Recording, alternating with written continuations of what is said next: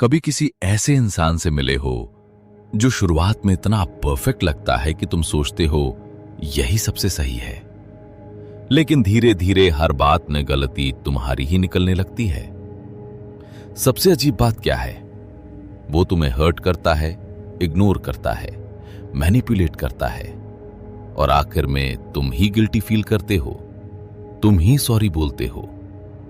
और अगर अभी तुम्हारे दिमाग में ये चल रहा है कि नहीं, मेरे साथ ऐसा नहीं हो सकता, तो सच सुनो, सबसे ज्यादा चांसेस हैं कि तुम ऑलरेडी ऐसे ही इंसान के साथ फंसे हुए हो, बस तुम्हें अभी तक समझ नहीं आया। रिलैक्स, तुम पागल नहीं हो। ये जो कंफ्यूजन है, ये जानबूझकर क्रिएट किया जाता है। इस वीडियो में मैं तुम्हें कुछ क्लियर साइंस दिखाने वाला हूं, जिन्हें समझने के बाद तुम इंस्टेंटली पहचान जाओगे कौन सच में तुम्हारा है और कौन सिर्फ तुम्हें यूज कर रहा है। और सबसे इंपॉर्टेंट, कैसे ऐसे लोगों से डील करना है बिना अपनी मेंटल पीस खोए। बस एंड तक देखना, क्योंकि एक बार ये समझ आ गया तो कोई भी तुम्हें इतनी आसानी से मैनिपुलेट नहीं कर पाएगा। सबसे खतरनाक बात क्या है पता है? नार्सिसिस्ट तुम्हें सीधे सीधे चोट नहीं पहुंचाता, वो धीरे धीरे तुम्हारे दिमाग के साथ खेलता है। शुरुआत में सब नॉर्मल लगता है, वो स्वीट होता है, केयरिंग लगता है, तुम्हें स्पेशल फील कराता है, लेकिन फिर चीजें बदलने लगती हैं, बहुत सटली, इतना सटली कि तुम्हें तुरंत समझ ही नहीं आता। पहले वो छोटी छोटी बातों में तुम्हें करेक्ट करता है, फिर क्रिटिसाइज करने लगता है, फिर तुम्हारी हर बात में कमी निकालने लगता है और धीरे धीरे तुम खुद पर डाउट करने लगते हो। तुम सोचते हो शायद गलती मेरी ही है, शायद मैं ही ओवर रिएक्ट कर रहा हूं। और यहीं से असली डैमेज शुरू होता है, क्योंकि अब वो तुम्हें कंट्रोल नहीं कर रहा, अब तुम खुद को कंट्रोल कर रहे हो उसके हिसाब से। तुम बोलने से पहले सोचते हो उसे बुरा तो नहीं लगेगा, तुम डिसीजन लेने से पहले सोचते हो वो क्या सोचेगा, और धीरे धीरे तुम अपनी आइडेंटिटी खोने लगते हो। सबसे डेंजरस पार्ट ये है, तुम्हें ये टॉक्सिक नहीं लगता, तुम्हें लगता है ये नॉर्मल है या फिर ये तुम्हारी गलती है। और अगर तुम अभी ये सुन रहे हो और सोच रहे हो नहीं, इतना भी सीरियस नहीं है, तो यही लोग सबसे बड़ी गलती करते हैं। क्योंकि नार्सिसिस्ट का गेम ऑब्वियस नहीं होता, वो माइंड गेम खेलता है। वो तुम्हें तोड़ता है, लेकिन ऐसे कि तुम्हें लगे तुम खुद ही टूट रहे हो। और अगर तुमने इसे समय पर पहचान नहीं किया तो तुम सिर्फ एक रिलेशनशिप नहीं, अपनी सेल्फ रिस्पेक्ट, कॉन्फिडेंस और मेंटल पीस भी खो सकते हो। इसलिए यह समझना बहुत जरूरी है कि ये सब साइंस कैसे दिखते हैं और कैसे पहचानते हैं। तो इस वीडियो में मैं तुम्हें कोई वेग एडवाइस नहीं देने वाला, मैं तुम्हें सीधे, क्लियर और प्रैक्टिकल तरीके से दिखाऊंगा कैसे पहचानना है कि सामने वाला नार्सिसिस्ट है या नहीं। मैं तुम्हें 7 ऐसे क्लियर साइंस बताऊंगा जो तुम रियल लाइफ में इंस्टेंटली नोटिस कर सकते हो, चाहे वो तुम्हारा दोस्त हो, पार्टनर हो या फैमिली मेंबर। और ये कोई रैंडम लिस्ट नहीं है, ये वो पैटर्न्स हैं जो साइकोलॉजी में बार बार ऑब्जर्व किए गए हैं। जैसे कैसे वो तुम्हें मैनिपुलेट करता है बिना तुम्हें पता चले, कैसे वो तुम्हारी फीलिंग्स को इग्नोर करता है और कैसे धीरे धीरे तुम्हारा कॉन्फिडेंस कम करता है। सिर्फ इतना ही नहीं, मैं तुम्हें यह भी समझाऊंगा कि वो ऐसा करता क्यों है, क्योंकि जब तक तुम्हें रीजन समझ नहीं आएगा तब तक तुम बार बार उसी ट्रैप में फंसते रहोगे। और सबसे इंपॉर्टेंट पार्ट, कैसे डील करना है ऐसे लोगों से बिना लड़ाई किए, बिना खुद को लूज किए और बिना अपनी मेंटल पीस खराब किए। क्योंकि सच ये है, नार्सिसिस्ट को चेंज करना तुम्हारा काम नहीं है, लेकिन खुद को बचाना तुम्हारी रिस्पॉन्सिबिलिटी है।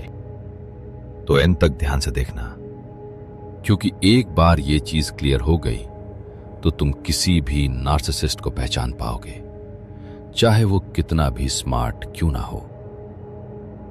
सबसे पहले एक चीज क्लियर कर लेते हैं, हर कॉन्फिडेंट या सेल्फ फोकस्ड इंसान नार्सिसिस्ट नहीं होता।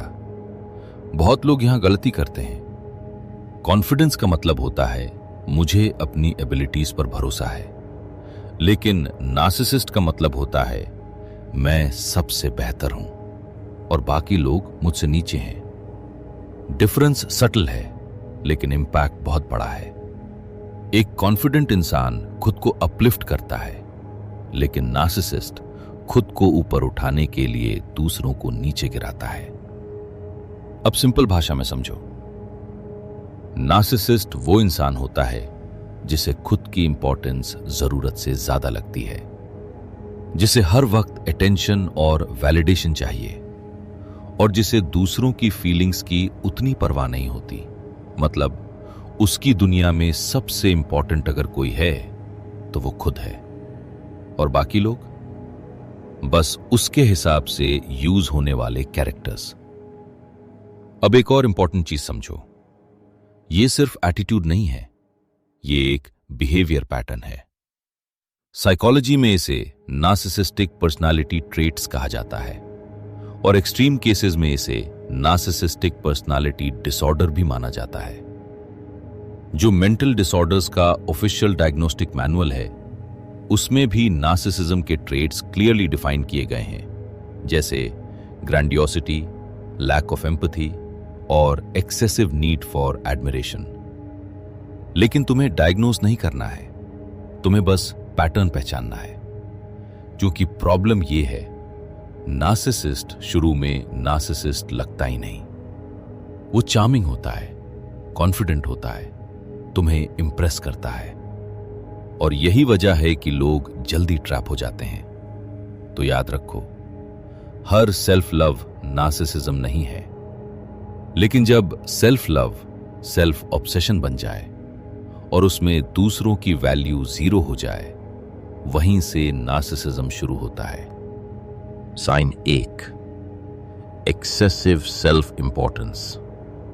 पहला साइन और सबसे ऑब्वियस भी, लेकिन फिर भी लोग इसे इग्नोर कर देते हैं। Excessive self importance. सीधी भाषा में ये लोग खुद को जरूरत से ज्यादा इंपॉर्टेंट समझते हैं। अब ध्यान से समझो, ये सिर्फ कॉन्फिडेंस नहीं है। कॉन्फिडेंस में इंसान अपनी एबिलिटीज को जानता है, लेकिन नार्सिसिस्ट अपनी वैल्यू को इन्फ्लेट करता है। मतलब अगर उसने कुछ छोटा सा अचीव किया है तो वो उसे ऐसे प्रेजेंट करेगा जैसे उसने कुछ बहुत बड़ा कर दिया हो। और सिर्फ इतना ही नहीं, उसे लगता है कि वो स्पेशल ट्रीटमेंट डिजर्व करता है। रूल्स उसके लिए अप्लाई नहीं होते और लोग उसके अकॉर्डिंग बिहेव करें, ये उसका एक्सपेक्टेशन होता है। एग्जाम्पल से समझो, मान लो ग्रुप में 4 लोग बैठे हैं। अगर कॉन्वर्सेशन चल रही है तो नार्सिसिस्ट कोशिश करेगा कि फोकस उसी पर रहे। अगर किसी और की अचीवमेंट की बात हो रही है तो या तो वो टॉपिक डाइवर्ट करेगा या अपनी अचीवमेंट बीच में घुसा देगा। क्यों? क्योंकि उसे स्पॉटलाइट चाहिए और अगर उसे वो अटेंशन नहीं मिला तो उसका बिहेवियर बदल सकता है। वो इरिटेट हो जाएगा या पैसिव एग्रेसिव हो जाएगा। एक और सटल साइन, वो अक्सर ऐसे स्टेटमेंट्स यूज करेगा जैसे मेरे जैसा कोई नहीं, तुम लोग समझ नहीं सकते, मैं अलग लेवल पर हूं। पहले सुनने में ये कॉन्फिडेंस लगता है, लेकिन पैटर्न देखोगे तो समझ आएगा ये सुपीरियॉरिटी कॉम्प्लेक्स है। और सबसे डेंजरस पार्ट ये है, उसे सच में लगता है कि वो दूसरों से बेहतर है। ये फेक शो ऑफ नहीं है, ये उसकी माइंडसेट है। साइकोलॉजी में इसे ग्रांडियोसिटी कहा जाता है, जहां इंसान अपनी इंपॉर्टेंस, पावर या एबिलिटीज को रियलिटी से ज्यादा मानता है। ग्रैंडोइज थिंकिंग नार्सिसिस्टिक ट्रेट्स का कोर पार्ट है। लेकिन यहां एक मिस्टेक मत करना। हर एम्बिशियस या सेल्फ कॉन्फिडेंट इंसान नार्सिसिस्ट नहीं होता। डिफरेंस क्या है? एम्बिशियस इंसान ग्रो करना चाहता है, नार्सिसिस्ट डोमिनेट करना चाहता है। एम्बिशियस इंसान खुद को इंप्रूव करता है, नार्सिसिस्ट खुद को सुपीरियर साबित करता है। तो अगर तुम किसी में यह पैटर्न बार बार देख रहे हो, हर बात में खुद को ऊपर रखना, अटेंशन ग्रैब करना और दूसरों को इनडायरेक्टली नीचा दिखाना, तो ये नॉर्मल कॉन्फिडेंस नहीं है, ये नार्सिसिज्म का पहला क्लियर सिग्नल है। Sign 2, lack of empathy. दूसरा साइन, और ऑनेस्टली सबसे डेंजरस, लैक ऑफ एम्पैथी। मतलब सामने वाले को फर्क ही नहीं पड़ता कि तुम क्या फील कर रहे हो। अब ध्यान से समझो, ये हमेशा ओपनली रूड नहीं होते।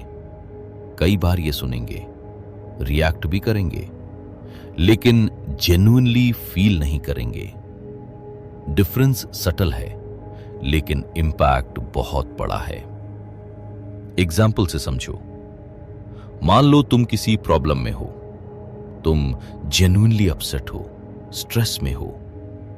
एक नॉर्मल इंसान क्या करेगा? वो समझने की कोशिश करेगा, सपोर्ट देगा, कम से कम तुम्हारी फीलिंग वैलिडेट करेगा। लेकिन नार्सिसिस्ट क्या करेगा? या तो वो टॉपिक को अपने ऊपर ले आएगा, मेरे साथ तो इससे भी बुरा हुआ था, या वो तुम्हारी फीलिंग को डिसमिस कर देगा। तुम ओवर रिएक्ट कर रहे हो, इतनी सी बात के लिए इतना ड्रामा। और धीरे धीरे क्या होता है, तुम अपनी फीलिंग्स एक्सप्रेस करना बंद कर देते हो, क्योंकि तुम्हें पता है या तो इग्नोर किया जाएगा या जज किया जाएगा। अब एक और डेंजरस पैटर्न, जब तुम हर्ट होते हो तो वो सिंपैथी दिखाने के बजाय तुम्हें ही ब्लेम कर देता है। तुमने ही गलत समझा, तुम सेंसिटिव हो। और धीरे धीरे तुम खुद अपनी फीलिंग्स पर डाउट करने लगते हो। यही से इमोशनल कंट्रोल शुरू होता है, क्योंकि अगर तुम्हें अपनी ही फीलिंग्स पर भरोसा नहीं रहेगा तो सामने वाला तुम्हें इजीली मैनिपुलेट कर सकता है। अब यह समझना जरूरी है, लैक ऑफ एम्पैथी का मतलब यह नहीं कि उन्हें इमोशंस समझ ही नहीं आते। उन्हें समझ आता है, लेकिन वो चूज नहीं करते केयर करना। क्यों? क्योंकि उनके लिए उनकी नीड्स, उनकी इमेज सबसे ऊपर होती है। साइकोलॉजी में भी ये क्लियर है, नार्सिसिस्टिक ट्रेट्स वाले लोगों में एम्पैथिक रिस्पॉन्स कम होता है। मतलब वो लॉजिकली समझ सकते हैं कि सामने वाला अपसेट है, लेकिन इमोशनली कनेक्ट नहीं करते। रिसर्च में इसे cognitive empathy versus emotional empathy gap कहा जाता है, जहां समझ होती है लेकिन फीलिंग नहीं होती। और यही वजह है वो बिना गिल्ट फील किए बार बार तुम्हें हर्ट कर सकते हैं।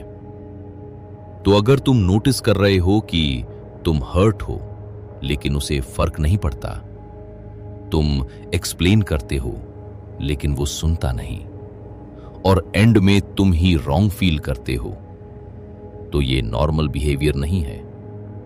ये क्लियर साइन है कि सामने वाले में एम्पैथी की कमी है, और यही नार्सिसिज्म का सबसे डेंजरस पार्ट है। Sign 3, constant validation need. तीसरा साइन, कांस्टेंट वैलिडेशन की जरूरत। सीधी भाषा में, इन लोगों को हर वक्त अटेंशन और अप्रूवल चाहिए होता है। अब ध्यान से समझो, ये सिर्फ लाइक्स या कॉम्प्लीमेंट्स पसंद करने की बात नहीं है। हर इंसान को अच्छा लगता है जब उसकी तारीफ होती है, लेकिन नार्सिसिस्ट के लिए ये नीड है, एडिक्शन है। मतलब अगर उसे वैलिडेशन नहीं मिला तो उसका बिहेवियर बदल जाएगा। एग्जाम्पल से समझो। मान लो तुमने उसकी तारीफ नहीं की या उतना एक्साइटेड रिएक्ट नहीं किया, तो वो या तो खुद ही अपनी तारीफ शुरू कर देगा या इनडायरेक्टली तुम्हें फील कराएगा कि तुमने गलती की है। जैसे, तुमने नोटिस ही नहीं किया, कोई अप्रिशिएट ही नहीं करता मुझे। और धीरे धीरे तुम ऑटोमेटिकली उसे प्लीज करने लगते हो। तुम सोचते हो, चलो यार, इसे अच्छा फील करा देता हूं। और यहीं से प्रॉब्लम शुरू होती है, क्योंकि अब तुम्हारा बिहेवियर उसकी वैलिडेशन की जरूरत के हिसाब से चलने लगता है। अब एक और पैटर्न देखो। सोशल मीडिया पर भी ये बहुत क्लियर दिखता है। हर पोस्ट, हर स्टोरी अटेंशन ग्रैब करने के लिए होती है। अगर रिस्पॉन्स कम आया तो मूड ऑफ, अगर प्राइज मिला तो एनर्जी हाई। मतलब उनकी सेल्फ वर्थ बाहर से मिलने वाले अप्रूवल पर डिपेंड करती है। और यही डेंजरस है, क्योंकि जब किसी इंसान की सेल्फ वर्थ एक्सटर्नल वैलिडेशन पर डिपेंड करती है तो वो दूसरों को यूज करने लगता है, सिर्फ अपने ईगो को फीड करने के लिए। साइकोलॉजी में इसे नीड फॉर एडमिरेशन कहा जाता है, जो नार्सिसिस्टिक ट्रेट्स का कोर पार्ट है। DSM-5 के अनुसार नार्सिसिस्टिक इंडिविजुअल्स को एक्सेसिव एडमिरेशन की जरूरत होती है। मतलब वो लगातार अप्रिशिएशन और अटेंशन एक्सपेक्ट करते हैं। अब एक और इंपॉर्टेंट चीज, ये लोग सिर्फ वैलिडेशन लेते नहीं बल्कि डिमांड करते हैं, सटल तरीके से, मैनिपुलेशन के थ्रू या इमोशनल प्रेशर डालकर। और अगर उन्हें वो वैलिडेशन नहीं मिला तो वो कोल्ड हो सकते हैं, इग्नोर कर सकते हैं या पैसिव अग्रेसिव हो जाते हैं। तो अगर तुम नोटिस कर रहे हो कि तुम्हें बार बार उसे खुश रखना पड़ता है, तुम्हें कॉन्स्टेंटली उसकी तारीफ करनी पड़ती है, और अगर तुम नहीं करते तो उसका बिहेवियर चेंज हो जाता है, तो ये नॉर्मल अटेंशन नीड नहीं है, ये नार्सिसिज्म का क्लियर सिग्नल है।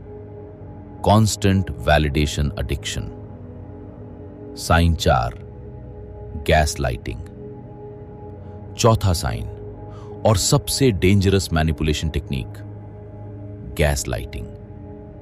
नाम थोड़ा हेवी है लेकिन कॉन्सेप्ट सिंपल है। गैस लाइटिंग का मतलब होता है तुम्हारी रियलिटी को ट्विस्ट करना ताकि तुम खुद पर ही डाउट करने लगो। अब इसे ध्यान से समझो। ये सीधा झूठ बोलना नहीं है, ये उससे एक लेवल ऊपर है।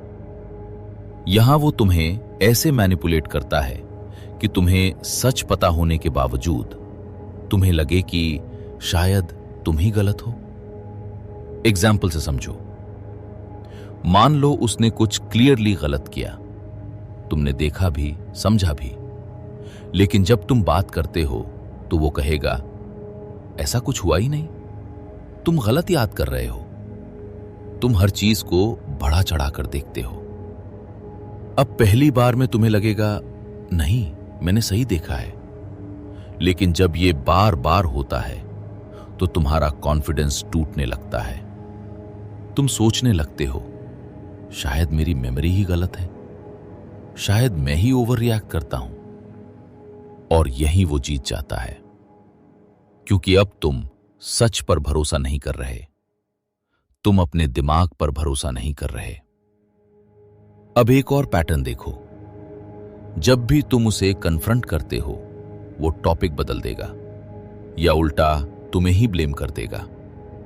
तुम हमेशा इशू बनाते हो, तुम्हारे साथ प्रॉब्लम है, और धीरे धीरे तुम डिफेंड करने लगते हो जबकि गलती उसकी थी। यही गैस लाइटिंग है। अब सबसे डेंजरस पार्ट, ये इतना सटल होता है कि तुम्हें रियलाइज ही नहीं होता कि तुम्हारे साथ क्या हो रहा है। तुम बस कंफ्यूज रहते हो, मेंटली एग्जॉस्टेड रहते हो और क्लैरिटी कभी नहीं मिलती। साइकोलॉजी में गैस लाइटिंग को इमोशनल मैनिपुलेशन का पावरफुल फॉर्म माना जाता है, जहां विक्टिम की परसेप्शन ऑफ रियलिटी को डिस्टर्ब किया जाता है। रिसर्च और क्लिनिकल ऑब्जर्वेशंस के अनुसार नार्सिसिस्टिक पर्सनालिटीज अक्सर गैस लाइटिंग यूज करते हैं कंट्रोल मेंटेन करने के लिए, और यही रीजन है तुम्हें लगता है प्रॉब्लम तुम में है, जबकि असल में गेम सामने वाला खेल रहा होता है। तो अगर तुम नोटिस कर रहे हो कि तुम्हें बार बार अपनी ही मेमोरी पर डाउट हो रहा है, तुम्हें क्लैरिटी नहीं मिल रही और हर आर्ग्यूमेंट के बाद तुम ही कंफ्यूज्ड और गिल्टी फील करते हो, तो ये नॉर्मल आर्ग्यूमेंट नहीं है, ये गैस लाइटिंग है और ये नार्सिसिज्म का सबसे डेंजरस वेपन है। 5वां साइन, और ऑनेस्टली सबसे फ्रस्ट्रेटिंग, नो अकाउंटेबिलिटी। सीधी भाषा में ये लोग अपनी गलती मानते ही नहीं हैं। अब ध्यान से समझो, हर इंसान से गलती होती है, लेकिन नॉर्मल इंसान क्या करता है? या तो मान लेता है या कम से कम कोशिश करता है समझने की। लेकिन नार्सिसिस्ट, वो कभी डायरेक्टली नहीं मानेगा कि वो गलत है। क्यों? क्योंकि उसके दिमाग में एक फिक्स्ड इमेज होती है, मैं सही हूं, मैं परफेक्ट हूं, और अगर वो गलती मान ले तो उसकी ये इमेज टूट जाएगी। इसलिए वो क्या करता है? Blame shift. एग्जाम्पल से समझो, अगर उसने कुछ गलत किया तो वो बोलेगा, तुमने मुझे ऐसा करने पर मजबूर किया, अगर तुम ऐसा नहीं करते तो मैं ऐसा नहीं करता। मतलब गलती उसकी है, लेकिन जिम्मेदारी तुम्हारी बना देगा। अब एक और पैटर्न, अगर ब्लेम शिफ्ट काम नहीं करता तो वो एक्सक्यूजेस देगा। मेरा मूड खराब था, मैं स्ट्रेस में था, और अगर ये भी काम नहीं किया तो वो इशू को ही छोटा बना देगा। इतनी सी बात के लिए इतना ड्रामा? मतलब या तो वो गलती डिनाई करेगा या जस्टिफाई करेगा या मिनिमाइज करेगा, लेकिन एक्सेप्ट नहीं करेगा। और धीरे धीरे क्या होता है, तुम हर सिचुएशन में खुद को चेक करने लगते हो। तुम सोचते हो, शायद मैंने ही प्रोवोक किया, शायद मेरी ही गलती है। और यही वो चाहता है, क्योंकि अगर तुम खुद को ब्लेम करोगे तो वो कभी अकाउंटेबल नहीं बनेगा। अब एक डेंजरस साइकिल बनता है। वो गलती करता है, तुम रिएक्ट करते हो, वो ब्लेम तुम पर डाल देता है, और एंड में तुम ही सॉरी बोलते हो, और ये साइकिल रिपीट होता रहता है। साइकोलॉजी में इसे ब्लेम शिफ्टिंग और डिफ्लेक्शन कहा जाता है, जो नार्सिसिस्टिक बिहेवियर का कॉमन हिस्सा है। 5 में नार्सिसिस्टिक ट्रेट्स के साथ अकाउंटेबिलिटी की कमी इनडायरेक्टली दिखती है, जैसे सुपीरियॉरिटी बिलीफ और लैक ऑफ एम्पैथी, जो गलती मानने से रोकते हैं। अब एक बात साफ समझ लो, ये लोग गलती समझते नहीं हैं ऐसा नहीं है, वो समझते हैं लेकिन एक्सेप्ट नहीं करते, क्योंकि उनके लिए सही होना रिलेशनशिप से ज्यादा इंपॉर्टेंट है। तो अगर तुम नोटिस कर रहे हो कि हर आर्ग्यूमेंट में तुम ही रॉन्ग बन जाते हो, हर प्रॉब्लम में ब्लेम तुम पर आता है, और सामने वाला कभी जेन्युइनली सॉरी नहीं बोलता, तो ये नॉर्मल बिहेवियर नहीं है, ये नार्सिसिज्म का क्लियर पैटर्न है, नो अकाउंटेबिलिटी। 6वां साइन और सबसे कंफ्यूजिंग पैटर्न, लव बॉम्बिंग और फिर डीवैल्यूएशन। सीधी भाषा में, पहले वो तुम्हें आसमान पर चढ़ाएगा, फिर धीरे धीरे तुम्हें नीचे गिराएगा। अब इसे ध्यान से समझो। शुरुआत में नार्सिसिस्ट बहुत इंटेंस होता है, वो तुम्हें बहुत जल्दी स्पेशल फील कराता है, बहुत ज्यादा अटेंशन देता है, कॉम्प्लीमेंट्स, केयर, मैसेजेस, सब कुछ ओवर द टॉप होता है। तुम्हें लगेगा, यार ये इंसान बाकी सबसे अलग है। और यही ट्रैप है, क्योंकि ये नॉर्मल पेस नहीं है, ये लव बॉम्बिंग है। मतलब जानबूझकर तुम्हें इतना इमोशनल हाई देना कि तुम जल्दी अटैच हो जाओ। एग्जाम्पल से समझो। कुछ ही दिनों में तुम मेरे लिए बहुत स्पेशल हो। मैंने ऐसा कनेक्शन पहले कभी फील नहीं किया। ये सब सुनने में अच्छा लगता है, लेकिन स्पीड देखो। ये नेचुरल ग्रोथ नहीं है, ये फास्ट फॉरवर्ड अटैचमेंट है। और जैसे ही तुम इमोशनली इन्वेस्ट हो जाते हो, गेम बदलता है। अब वही इंसान जो पहले तुम्हें प्रायोरिटी देता था, धीरे धीरे डिस्टेंट होने लगता है। मैसेजेस कम, अटेंशन कम, इंटरेस्ट कम, और तुम कंफ्यूज हो जाते हो। तुम सोचते हो, क्या बदल गया? मैंने क्या गलत किया? और यहीं से दूसरा फेज शुरू होता है, डीवैल्यूएशन। अब वो तुम्हारी फ्लॉज निकालना शुरू करेगा, तुम्हें इग्नोर करेगा, कभी कोल्ड, कभी नॉर्मल, मतलब अनप्रेडिक्टेबल बिहेवियर। और ये क्यों करता है? ताकि तुम फिर से वही इनिशियल लव पाने के लिए कोशिश करो। तुम प्रूव करने लगते हो, तुम एक्स्ट्रा एफर्ट डालते हो, तुम खुद को बदलने लगते हो, और धीरे धीरे तुम उसके कंट्रोल में आ जाते हो। अब एक साइकिल बन जाता है, थोड़ा प्यार, फिर डिस्टेंस, फिर कंफ्यूजन, फिर एफर्ट, और ये लूप चलता रहता है। साइकोलॉजी में इसे इंटरमिटेंट रीइंफोर्समेंट कहा जाता है, जहां कभी रिवॉर्ड मिलता है, कभी नहीं। और ये पैटर्न एडिक्शन जैसा बिहेवियर क्रिएट करता है। रिसर्च में यह दिखाया गया है कि अनप्रेडिक्टेबल रिवॉर्ड पैटर्न्स ब्रेन में स्ट्रॉन्ग अटैचमेंट क्रिएट करते हैं। इसीलिए टॉक्सिक रिलेशनशिप से निकलना मुश्किल होता है। और नार्सिसिस्ट इस पैटर्न को कॉन्शियसली या सबकॉन्शियसली यूज करता है, ताकि तुम इमोशनली हुक्ड रहो। अब एक बात क्लियर समझ लो, ये प्यार नहीं है, ये कंट्रोल है। अगर तुम नोटिस कर रहे हो कि शुरुआत बहुत इंटेंस थी, फिर बिहेवियर अचानक बदल गया, और अब तुम कंफ्यूज हो और खुद को प्रूव करने की कोशिश कर रहे हो, तो ये नॉर्मल रिलेशनशिप नहीं है। ये नार्सिसिज्म का क्लासिक पैटर्न है, लव बॉम्बिंग और फिर डीवैल्यूएशन। 7वां साइन, कंट्रोल और डोमिनेंस। सीधी भाषा में, नार्सिसिस्ट सिर्फ रिलेशनशिप में नहीं रहता, वो उसे कंट्रोल करना चाहता है।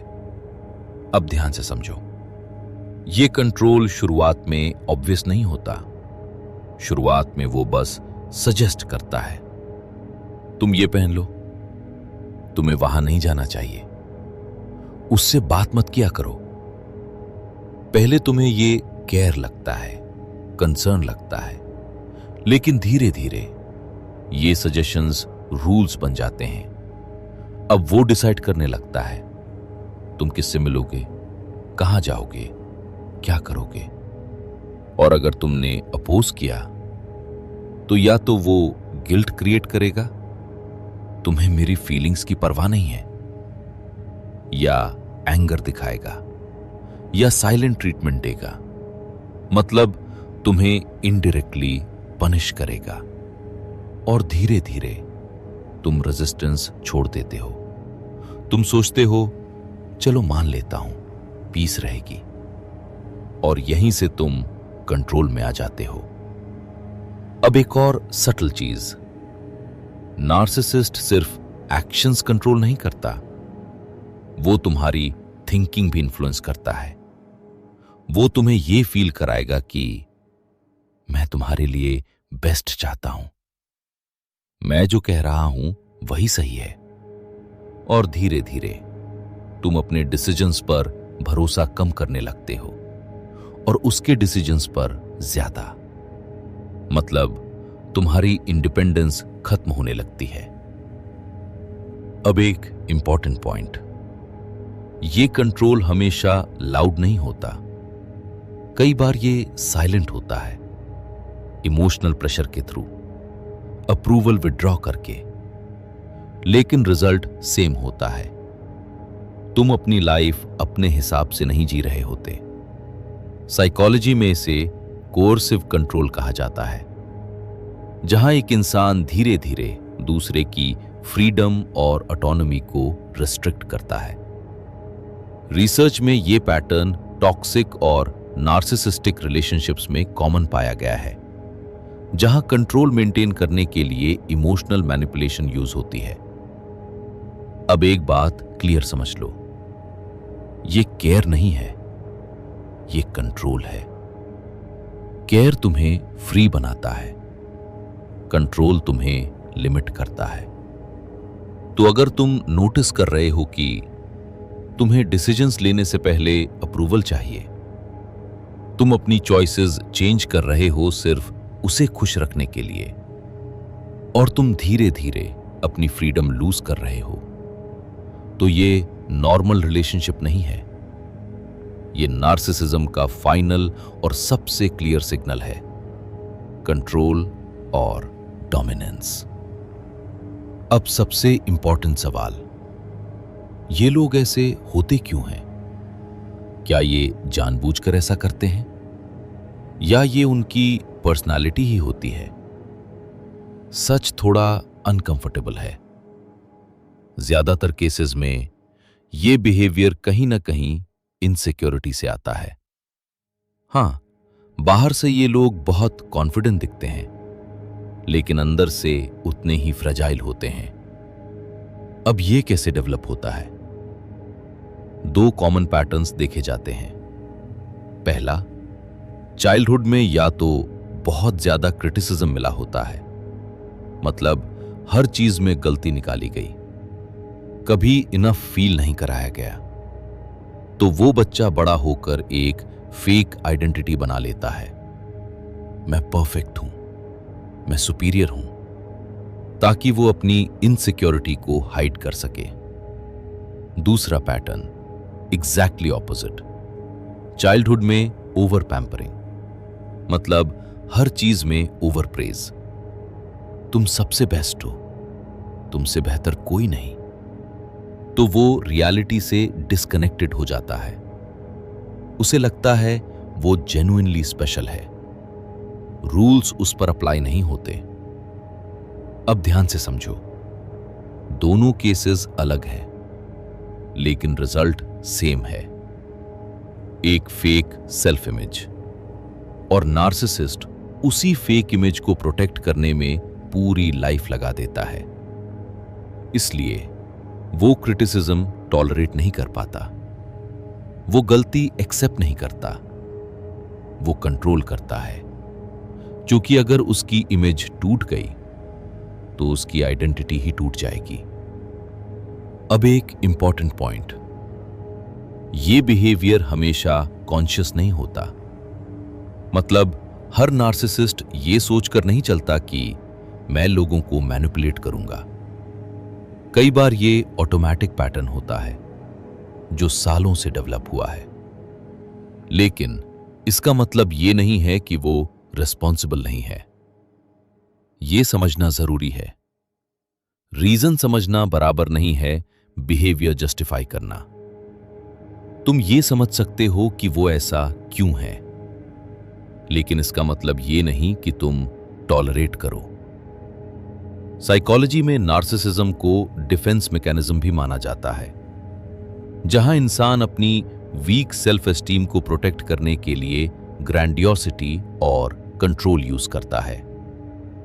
रिसर्च में यह भी पाया गया है कि नार्सिसिस्टिक इंडिविजुअल्स अक्सर फ्रेजाइल सेल्फ एस्टीम रखते हैं, जो बाहरी वैलिडेशन और कंट्रोल से मेंटेन होता है। तो अगली बार अगर तुम किसी नार्सिसिस्ट को देखो तो ये मत सोचो कि वो जेन्युइनली स्ट्रांग है। असल में वो अपनी कमजोरी को छुपाने में एक्सपर्ट है। लेकिन याद रखो, तुम थेरेपिस्ट नहीं हो। तुम्हारा काम उसे फिक्स करना नहीं है। तुम्हारा काम है खुद को समझना और खुद को बचाना। अब सबसे इंपॉर्टेंट सवाल, अगर सामने वाला नार्सिसिस्ट है तो उससे डील कैसे करें? सबसे पहले एक हार्श ट्रूथ समझ लो, तुम उसे चेंज नहीं कर सकते। हाँ, सुनने में बुरा लगता है, लेकिन यही रियलिटी है। क्योंकि नार्सिसिस्ट तब तक चेंज नहीं होता जब तक उसे खुद प्रॉब्लम फील ना हो, और ज्यादातर केसेस में उसे प्रॉब्लम दिखती ही नहीं। तो अगर तुम ये सोच रहे हो कि मैं उसे समझा दूंगा, मैं उसे इंप्रूव कर दूंगा, तो तुम ऑलरेडी डायरेक्शन में जा रहे हो। अब सही अप्रोच क्या है? 1, बाउंड्रीज सेट करो। सबसे पहला स्टेप, क्लियर बाउंड्रीज। मतलब तुम क्या टॉलरेट करोगे और क्या नहीं, ये डिसाइड करो। एग्जाम्पल, अगर वो तुम्हें डिसरिस्पेक्ट करता है तो सीधा बोलो, मुझे इस तरह बात करना एक्सेप्टेबल नहीं है। और इंपॉर्टेंट बात, बाउंड्री सेट करना आसान है, लेकिन उसे मेंटेन करना मुश्किल है। क्योंकि नार्सिसिस्ट उसे टेस्ट करेगा, वो देखेगा तुम सीरियस हो या नहीं। तो अगर तुमने बाउंड्री सेट की तो उसे ब्रेक मत होने दो। 2, इमोशनली डिटैच रहो। यह बहुत इंपॉर्टेंट है। नार्सिसिस्ट का बिगेस्ट वेपन है तुम्हारी इमोशनल रिएक्शन। अगर तुम हर बात पर रिएक्ट करोगे तो वो तुम्हें कंट्रोल करेगा। इसलिए हर बात पर्सनली मत लो, हर आर्ग्यूमेंट में एंगेज मत हो। कभी कभी बेस्ट रिस्पॉन्स होता है नो रिस्पॉन्स। साइकोलॉजी में इसे ग्रे रॉक मेथड कहा जाता है, जहां तुम इंटेंशनली बोरिंग और न्यूट्रल रहते हो ताकि सामने वाले को कोई इमोशनल रिएक्शन ना मिले। रिसर्च और थेरेप्यूटिक प्रैक्टिसेस में यह टेक्निक टॉक्सिक इंटरैक्शंस को रिड्यूस करने के लिए यूज होती है। 3, आर्ग्यूमेंट्स अवॉइड करो। एक और मिस्टेक लोग करते हैं, वो नार्सिसिस्ट से लॉजिक से जीतने की कोशिश करते हैं। लेकिन प्रॉब्लम यह है, ये लोग जीतने के लिए आर्ग्यू करते हैं, समझने के लिए नहीं। तो चाहे तुम कितने भी फैक्ट्स दे दो, डिस्कशन घूमकर वहीं आएगा, तुम ही गलत हो। इसलिए हर फाइट लड़ने की जरूरत नहीं है। कुछ बैटल्स छोड़ना वीकनेस नहीं, स्ट्रैटेजी है। 4, अपनी आइडेंटिटी स्ट्रांग रखो। सबसे इंपॉर्टेंट चीज, खुद को मत खोना। नार्सिसिस्ट धीरे धीरे तुम्हें अपने हिसाब से शेप करता है, तो तुम्हें कॉन्शियसली खुद को याद दिलाना पड़ेगा तुम कौन हो, तुम्हारी वैल्यूज क्या है। अपना सर्कल मेंटेन करो, अपने डिसीजंस खुद लो और अपनी सेल्फ रिस्पेक्ट कॉम्प्रोमाइज मत करो। 5, डिस्टेंस मेंटेन करो अगर पॉसिबल हो। अगर सिचुएशन बहुत टॉक्सिक हो रही है तो डिस्टेंस बनाना ही बेस्ट ऑप्शन है, क्योंकि कुछ केसेस में फिक्स करने से ज्यादा जरूरी होता है खुद को बचाना। अब एक बात साफ समझ लो, यह सब इजी नहीं है, क्योंकि नार्सिसिस्ट तुम्हें इमोशनली अटैच रखेगा, कंफ्यूज करेगा और गिल्ट फील कराएगा। लेकिन अगर तुमने ये स्टेप्स फॉलो किए तो धीरे धीरे उसका कंट्रोल कम हो जाएगा। और सबसे इंपॉर्टेंट, तुम्हारी मेंटल पीस वापस आएगी। क्योंकि एंड ऑफ द डे तुम किसी को चेंज नहीं कर सकते, लेकिन खुद को प्रोटेक्ट जरूर कर सकते हो। अब एक सीधी और कड़वी सच्चाई, नार्सिसिस्ट को तुम चेंज नहीं कर सकते।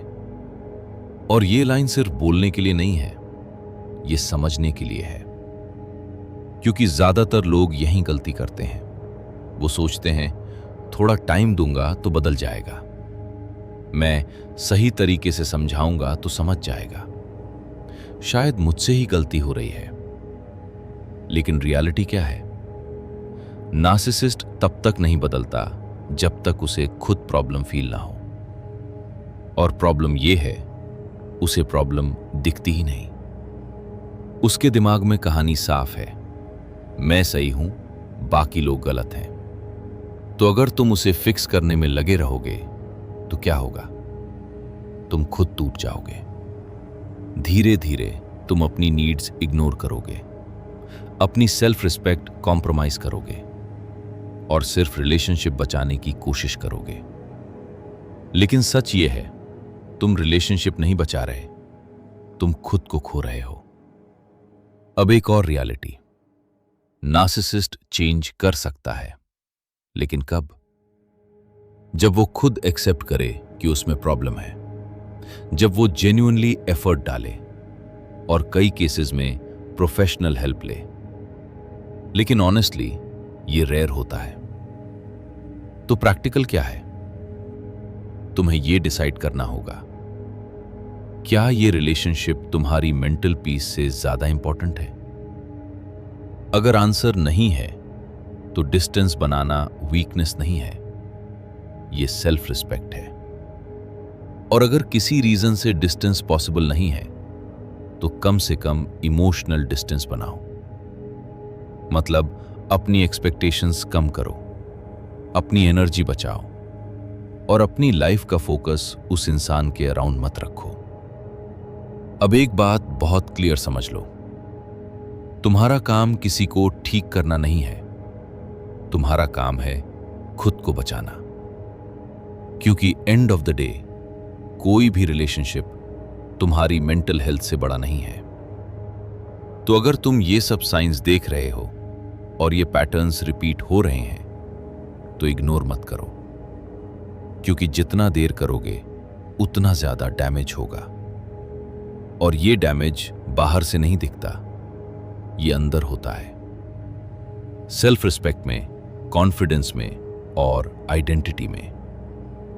इसलिए डिसीजन लो समझदारी से, इमोशन से नहीं, क्योंकि कभी कभी सबसे सही डिसीजन होता है पीछे हट जाना। तो चलो एक बार जल्दी से पूरा पिक्चर क्लियर कर लेते हैं। नार्सिसिस्ट को पहचानने के लिए तुम्हें क्या देखना है? पहला, वो खुद को जरूरत से ज्यादा इंपॉर्टेंट समझता है, हर सिचुएशन में खुद को ऊपर रखता है। दूसरा, उसे तुम्हारी फीलिंग से ज्यादा फर्क नहीं पड़ता, एम्पैथी की कमी होती है। तीसरा, उसे हर वक्त वैलिडेशन चाहिए, अटेंशन नहीं मिला तो बिहेवियर बदल जाता है।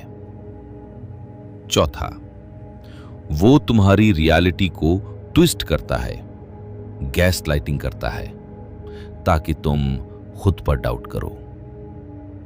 पांचवा, वो कभी अपनी गलती एक्सेप्ट नहीं करता, हर बार ब्लेम तुम पर डालता है। छठा, शुरुआत में तुम्हें स्काई पर चढ़ाएगा, फिर धीरे धीरे तुम्हें नीचे गिराएगा, लव बॉम्बिंग और डिवैल्यूएशन। और सातवां, वो रिलेशनशिप को कंट्रोल करना चाहता है, तुम्हारी फ्रीडम कम करता है। अब अगर तुम इन साइंस को एक साथ देख रहे हो और ये बार बार रिपीट हो रहे हैं तो ये कोइंसिडेंस नहीं है, ये पैटर्न है। और पैटर्न कभी झूठ नहीं बोलता।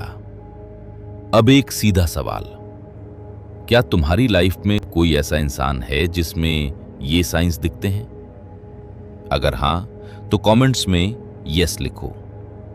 और अगर तुम्हें लगता है कि ये वीडियो किसी और के काम आ सकती है तो उसे जरूर शेयर करो, क्योंकि कई लोग ऐसे सिचुएशंस में फंसे होते हैं और उन्हें पता ही नहीं होता कि उनके साथ क्या हो रहा है। और अगर तुम्हें ऐसे ही रियल प्रैक्टिकल साइकोलॉजी ब्रेकडाउन्स चाहिए जो सीधे तुम्हारी लाइफ में अप्लाई हों तो चैनल को सब्सक्राइब कर लो, क्योंकि यहां हम बातें नहीं करते, पैटर्न समझते हैं। और एक बार पैटर्न समझ आ गया तो गेम बदल जाता है।